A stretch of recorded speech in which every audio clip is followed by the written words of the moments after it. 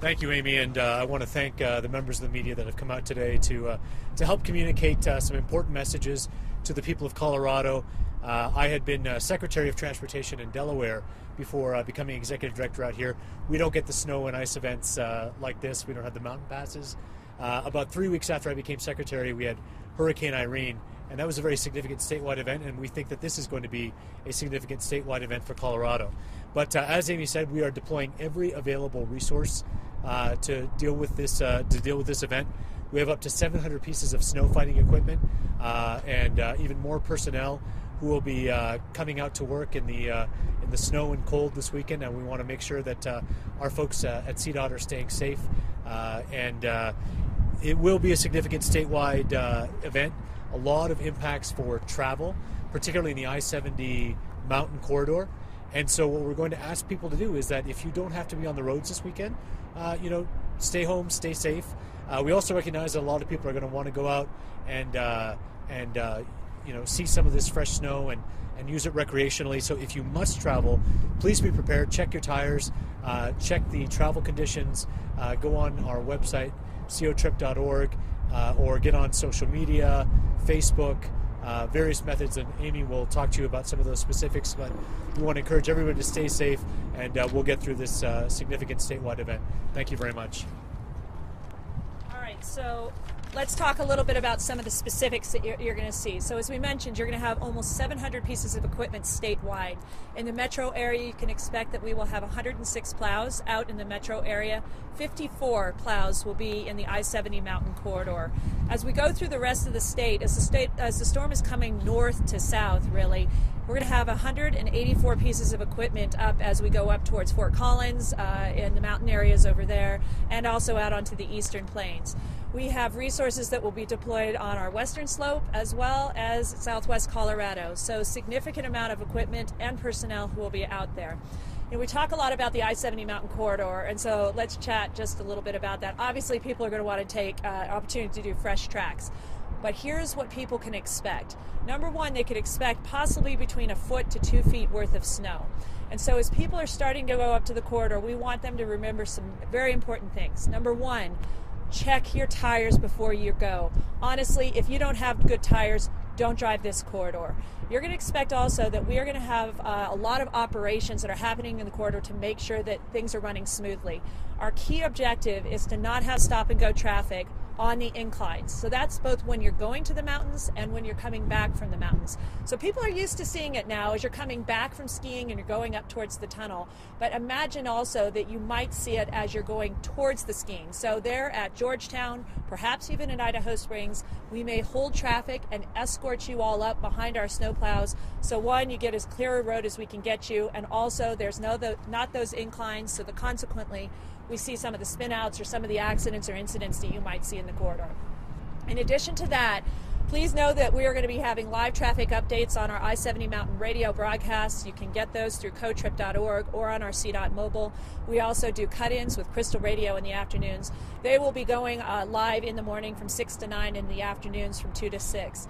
The other thing important to remember is there will be delays. There's no bones about it. You can expect delays on the corridor. Number one, because potentially of the weather conditions, but number two, because of the volume that we'll expect to see there this weekend. So expect 2 to 3 hours delays. You may also, if there are incidents or accidents, there may be closures on this road. So the important things to know are check your tires, be safe, make sure that you are following the information on our CDOT mobile. You'll see messaging on our VMS boards so that you can make informed decisions about your trip. And remember, think differently about when you travel in the corridor. Look at your times. Make sure that you go to GoI70.com.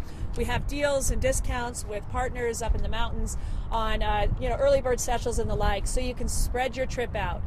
That's most of the information that we wanted to share. And obviously, we'll open it up to questions for you guys as you go along. So go ahead. Talk a little bit about how the escort plan for using escorts and how that works. Yeah, let me get rid of this. So we have a process called snowplow escorts, and what that is we hold traffic so it doesn't crowd the mainline I-70. And we hold traffic at places like Silverthorne, Frisco, even Copper Mountain. But what we're doing when we deploy actually a snowplow escort is we are holding the traffic, we send our plows up, and then traffic is escorted with Colorado State Patrol up the hill. You have a continuous flow of traffic on the clearest road you can, and we take you up the incline through Eisenhower Tunnel. We often do that eastbound, but you might very well seeing us doing this westbound in the mornings as you're going up to the mountains, and in that case we'll either hold at Georgetown or we'll hold at Idaho Springs and then escort you through the tunnel. And would those be a typical lane period while people sit and wait before they're hooked up? What would that be? Yeah, so what you will see if we are doing those types of hold and traffic metering onto mainline I-70 is that you can expect that you'll have a hold of perhaps even up to 30 minutes, perhaps a little bit longer. The important thing for us is to keep traffic moving, but the way you keep traffic moving is by not having them stop on mainline I-70 and have the potential for spinouts and the like. So the safest that we can make the roads we will, and we do that by having them come up behind our plows. I know it's early because the storm hasn't hit yet, but when do you think you would be looking to do that? You mentioned mornings potentially.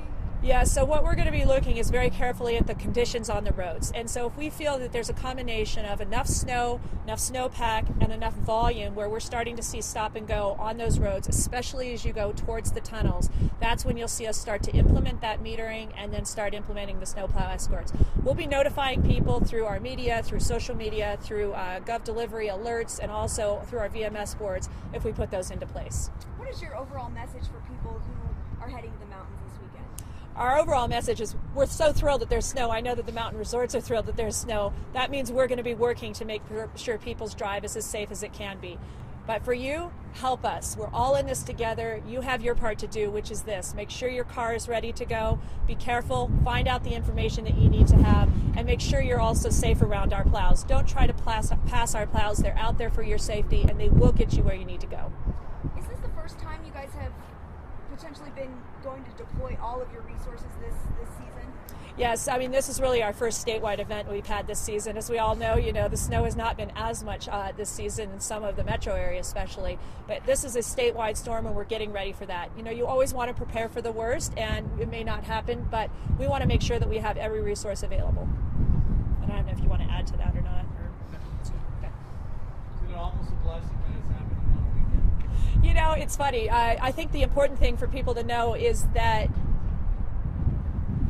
the weekends are something that we pay very careful attention to. We have spent an incredible amount of effort and resources to make sure that people's travel to the I-70 mountain corridor is as safe as it can be, but more importantly, that it's as accessible as it can be. We know that we're not going to decrease delays on something like an I-70 mountain corridor, but we want to make it as reliable as we can. And so when you have weekend travel like this, we're ready for it. And we're ready for that, and we want the rest of the state ready because we recognize that this storm is happening. When you talk about the metro area in a storm like this, it is a blessing that it's happening on a weekend. You will have potentially less traffic. You're not dealing as much with the rush hour. But we also recognize that with our partners in Wyoming and Kansas, we could have a statewide impact here where you do see closures on things like North I-25 or perhaps going out to Kansas. So we're ready. For instance, on the I-25 corridor, we will be ready to deploy our courtesy patrol, which are our tow trucks and the like that are there to help vehicles on I-25 should they need it. We always do that on the I-70 mountain corridor. We also have a heavy tow program to help with trucks, but we're going to be ready with all of those resources. I would want to say. I just want to say, as somebody who has obviously not been in Colorado very long, I traveled around the state this week, and this is a state that is blessed with growth, particularly in the Denver metro region right now. The road system is at capacity in perfect weather. And so that's something people need to keep in mind this weekend. You would ask what they're going to look for this weekend. This is a system that is already at max capacity before you start introducing things like snow and ice and planned delays. And so people really need to keep that in mind. Jennifer. Some of the products that I know that a lot of customers that use this weekend. We really have two main types of products that we use, and it depends on the temperature and the cold on which one we use. So what you're going to see earlier in the storms is that we will be using our liquid de-icers, and especially in the metro area where we want to make very sure that we don't have lots of sand and stuff that kicks up into the air. You'll see us use liquid materials that we spread. And it's a very careful application for us. You don't want to do it too early because it won't work, or perhaps make even the roads a little worse. You don't want it too late because then it's obviously ineffective. So we have systems in our vehicles that help us measure when and how much materials that we apply.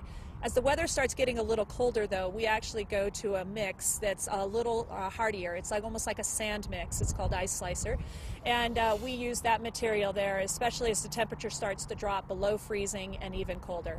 And you'll see a combination of that here in the metro area, but especially in the mountains. Is the computer technology in the cabs, is that new, or is that something that's been around we just really haven't? No. Scott, do you want to talk about the technology in the cabs? I'm bringing up Scott Cuthbertson. He is our Chief Operating Officer here and could talk a little bit about the materials and the equipment we have in our trucks. Scott, can you spell your name for us, please? Yep, sure. It's my first name is Scott, S-C-O-T. My last name is C-U-T-H-B-E-R-T-S-O-N. How do you pronounce that? Try it. Cuthbertson, C-U-T-H-B-E-R-T-S-O-N. Wouldn't be the first time it was spelled wrong.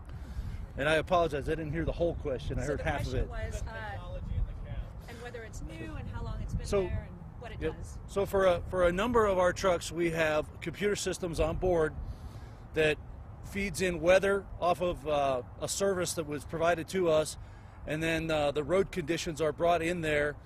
The drivers input the conditions on the roadway, and then it tells them, it gives them a recommended application rate for the product that they have in the truck. And then when the driver is done with his route, he inputs the actual application and the effects it has on the roadway, and then it builds a history database, so it helps us continue to refine our process as we go along. In addition to that, we have automated vehicle location or GPS-based systems in there, so for command and control of our plows, we can keep track of them and see where they are, and if we have an incident, we can move forces to that. We don't have it in every truck, we have it in a sampling of our trucks. So how does it recommend the application based on what it says? Hang on. Big loud truck. How does it recommend the application rates? Yeah, but how does it there's obviously sensors or some kind of what's in the road? There's the sensors in the roadway, there's the weather information, temperature information, and the product that's on board the truck, and it takes all that information to recommend. Now, the drivers may follow that recommendation, or they may deviate from it. Some of it depends on the roadway. We have better data on our more traveled roadways that we have more computers on. I've got some guys that do this every day here, so if you want to walk. Is this a new process? No, we've had it about 8 years, I believe, here at CDOT. How come you didn't call us 8 years ago about this? 8 years ago, I was in the Army. You'll have to talk to these guys. It's pretty amazing, though, that you can react to the highway and the conditions based on real time and all the information that's coming into Captain Phillips. Yeah, and the idea is to maximize the effect on the roadway and spend the minimum amount of money to do so, so we can stretch our resources a little further. So then, instead of waiting from a call from dispatch to switch over to this because this temperature or it's sticking or whatever, they get to observe out in the field firsthand and decide for themselves what the best. Yeah, so the drivers have input and the drivers get feedback in the trucks that have that, but they also have, the supervisors could get to their office on the computer and review the information and check and make sure that, that the product isn't, or the recommendation is not crazy, I guess is a better way to say that. So. Any other questions, you guys? All right. Well, hey, thank you for coming out. We appreciate you Let me consolidating throw that to all Jason.